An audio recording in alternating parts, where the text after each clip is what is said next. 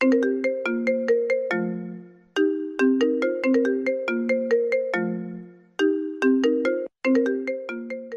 계절이 너무 일찍부터 더운 것 같습니다. 동남아는 40도고 한국은 벌써 30도 가까이라고 하는데요. 이게 슈퍼 엘니뇨라고들 하는데 혹시 엘니뇨가 뭔가요? 슈퍼 엘니뇨라고 그래요, 벌써? 지난번 엘니뇨가 2018년에서 2019년 저 사이에 벌어졌거든요. 엘니뇨는 보통 한 2년에서 5년 사이에 한 번씩 일어나는데 우리가 태평양을 이렇게 놓고 보면 태평양의 서쪽, 그러니까 아시아 쪽으로 조금 온도가 높고 저 아메리카 대륙 쪽으로 평소에 온도가 조금 낮거든요. 그런데 이게 어떻게다가 가끔 가다가 바람의 방향이 바뀌면 적도를 따라서 적도에서 회기선 사이에는 바람이 무역풍이라 그래서 북동쪽에서 적도를 향해서 이렇게 내려오거든요. 그래서 그 바람의 방향을 따라서 저 남미 쪽, 저 아메리카 쪽에서는 바다 밑에 있는 되게 차가운 해류가 바닷물이 저 서쪽으로 이동하니까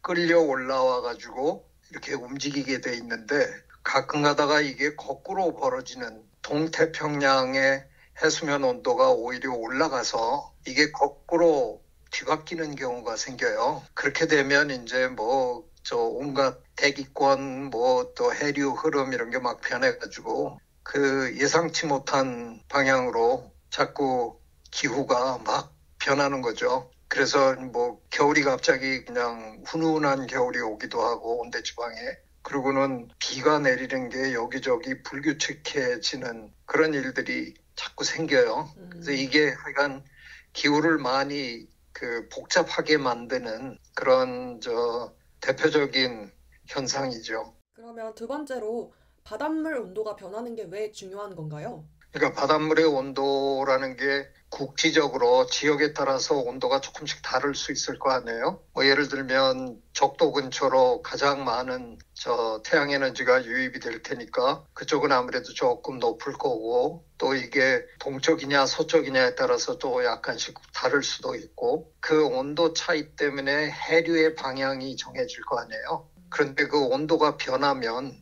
해류의 방향이 바뀔 수 있으니까 이게 평소의 해류의 방향과 바뀌면 굉장히 많은 일들이 이제 벌어질 수밖에 없는 거죠. 그래서 해수면의 온도가 굉장히 중요합니다. 그러면 이 엘니뇨 현상을 막을 수는 없는 건가요? 기본적으로 없는 거죠. 왜냐하면 이거는 그냥 자연적으로 벌어지는 일이니까. 이제 처음 엘니뇨라는 이름이 만들어진 거는 엘니뇨는 스페인어잖아요. 그 스페인어로 이건 꼬마 남자아이라는 뜻 혹은 아기 예수라는 뜻도 돼요. 이게 처음에 발견될 때가 에콰도르 연안에서 처음으로 해수면의 온도가 이렇게 뒤바뀌고 막 이러는 일들이 벌어졌는데 그러다가 보니까 저 평소에 그 앞에서 차가운 해류 덕에 그게 이제 따뜻한 물하고 막 섞이면서 그러니까 에콰도르 앞바다 갈라파고스 그 사이에 어종이 풍부한데 그게 갑자기 안 잡히는 거예요. 온도도 바뀌고 막 해류가 바뀌고 그러니까 처음에는 그냥 그 남미 그쪽 사람들의 그 천하태평 성격에 예수님이 우리 보고 좀 쉬라 그러나 보다. 그래갖고 처음에 좋아했어요.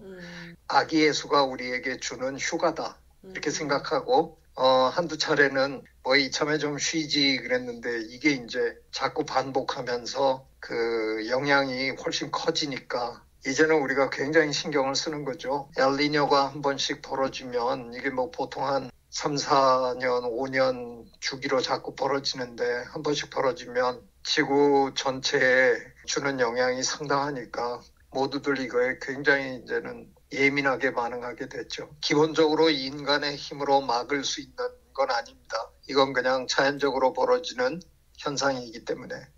고맙습니다.